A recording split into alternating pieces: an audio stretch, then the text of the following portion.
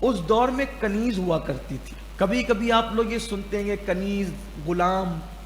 تھوڑا میں اس پر گفتگو کر لوں تاکہ چونکہ آگے اب یہ سب چیزیں آتی رہے گی تو ایک آپ کے ذہن میں آنا چاہیے. ہوتا یہ تھا کہ اس دور میں انسانوں کو بیچا جاتا تھا اور خریدا جاتا تھا. جیسے جو جنگ میں قیدی ہو جاتے تھے ان کو بیچ دیا جاتا تھا. ڈاکو لوگ قافلے لوٹتے تھے، انسانوں کو غلام بنا لیتے تھے، ان کو بیچ دیتے تھے. اب غلامی کا دور ختم ہو گیا، اب کنیز کا دور ختم ہو گیا. غلام اور کنیز اب ہیں نہیں، سب آزاد ہیں. تو وہ جو خریدا جاتا تھا غلاموں کو، کنیزوں کو، تو جو کنیزیں ہوتی تھی تو ان پہ جو جس گھر میں وہ رہتی تھی اس گھر کے لوگوں سے ان پہ پردہ بھی نہیں تھا. پردہ آزاد عورتوں کے لیے تھا، کنیزوں کے لیے نہیں تھا. بلکہ اگر کوئی کنیز ہوتی تھی تو کنیزوں کے لیے نکاح کے بغیر ان سے بیوی جیسا سلوک کرنا حلال تھا. نکاح کے بغیر جو کنیز یعنی جس نے خرید لیا، اب خریدنے کے بعد اس سے نکاح کی ضرورت نہیں ہوتی تھی. یہ احکام قرآن میں واضح طور پہ ہے. اصل میں جو لوگ ان کو پتہ نہیں ہوتا وہ گھبرا جاتے ہیں، نکاح کے بغیر کیسے ہو سکتا، تو یہ کنیز کے لیے خاص ہے.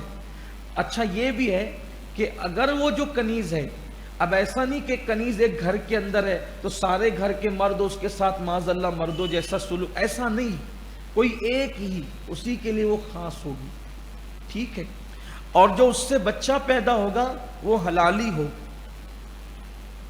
کنیزوں کے ساتھ یعنی کہ بیوی جیسا سلوک ہو سکتا تھا. تو ان کو آزاد عورتوں کی طرح ان کے لیے پردے کا جیسے ان کے لیے احکامات ہیں ان کے لیے نہیں ہوتے تھے. وہ گھروں میں کام کاج کرتی تھی وغیرہ وغیرہ.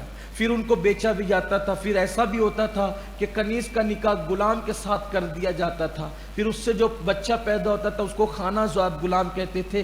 اس طرح بھی لوگ کرتے تھے. مگر ابھی دنیا میں کنیز نہیں ہے. کچھ لوگ نوکرانیوں کو بھی کنیز کے احکامات پر گنتے ہیں. یہ سخت غلطی ہے لوگوں کی. نوکرانیاں کچھ اجرت لے کر نوکری کرنے کے لیے آتی ہے، وہ کنیز نہیں ہے آپ کی. کنیز کو باضابطہ طور پہ خریدا جاتا تھا پوری رقم دے کر.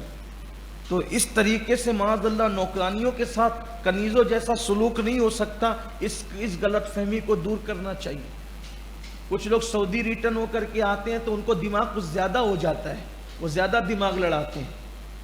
تو آپ سعودی ریٹرن ہو کر کے آئے نا، آپ تھوڑے سے عربی کے جملے آپ کو یاد ہو گئے. قرآن سمجھنے کے لیے صرف عربی کی ضرورت نہیں ہے، قرآن سمجھنے کے لیے وہ کئی جو 100 سالہ جو مفسرین کا ذخیرہ ہے نا اس کی ضرورت ہے. تو اس میں فرق ہے، اس کی طرف توجہ ہونی چاہیے. اور مزید اگر اس کی تفصیل آپ جاننا چاہتے ہیں تو کبھی آپ آئیے تو بیٹھ کے بات ہو جائے گی انشاءاللہ. اور کبھی مزید موقع ملے گا تو پھر گفتگو کریں گے.